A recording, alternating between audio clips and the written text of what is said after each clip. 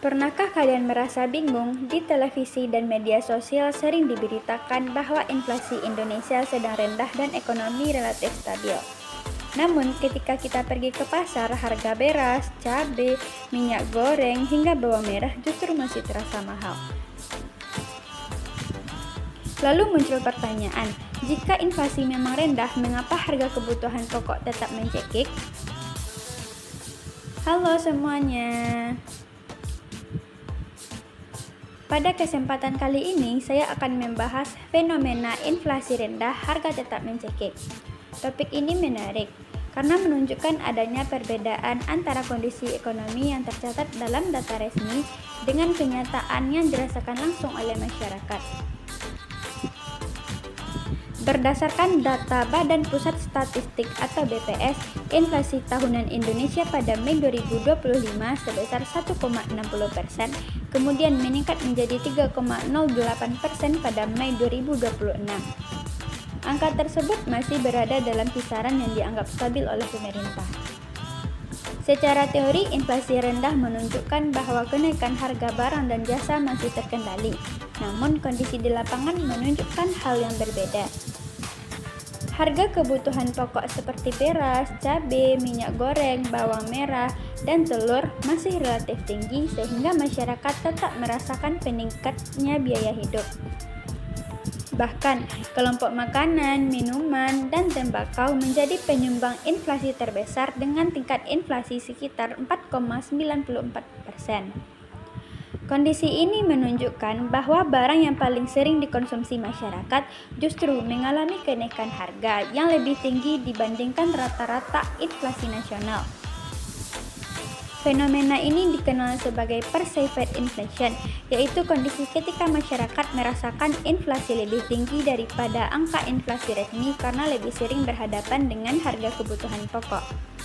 Menurut saya, persoalan utamanya bukan terletak pada angka inflasi, melainkan pada mengapa harga pangan tetap tinggi meskipun inflasi nasional terkendali.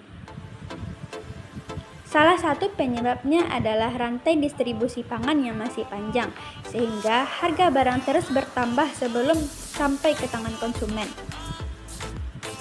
Selain itu, biaya logistik yang tinggi, keterbatasan fasilitas penyimpanan, serta gangguan produksi akibat cuaca juga menyebabkan pasokan pangan tidak stabil. Dampak terbesar dirasakan oleh masyarakat berpendapatan rendah karena sebagian besar pendapatan mereka digunakan untuk membeli kebutuhan pokok. Ketika harga pangan naik, daya beli masyarakat ikut menurun, meskipun inflasi nasional masih rendah. Inilah yang menunjukkan adanya kesenjangan antara indikator ekonomi makro dengan kondisi ekonomi yang benar-benar dirasakan masyarakat.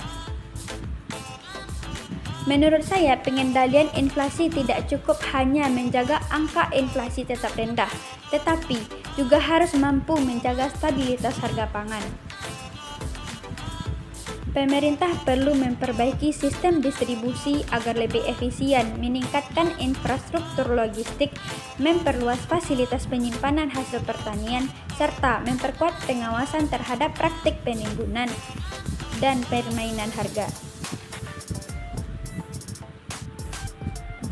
Selain itu, peningkatan produktivitas sektor pertanian dan koordinasi antara pemerintah pusat, pemerintah daerah, serta tim pengendalian inflasi daerah juga perlu terus diperkuat agar gejolak harga dapat diantisipasi lebih cepat.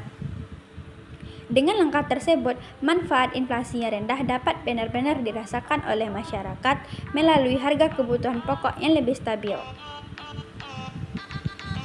Sebagai pelengkap pembahasan, saya mengacu pada analisis CNBC Indonesia yang menjelaskan bahwa meskipun inflasi nasional masih rendah, kelompok volatile food atau pangan bergejolak tetap menjadi penyebab utama mahalnya biaya hidup.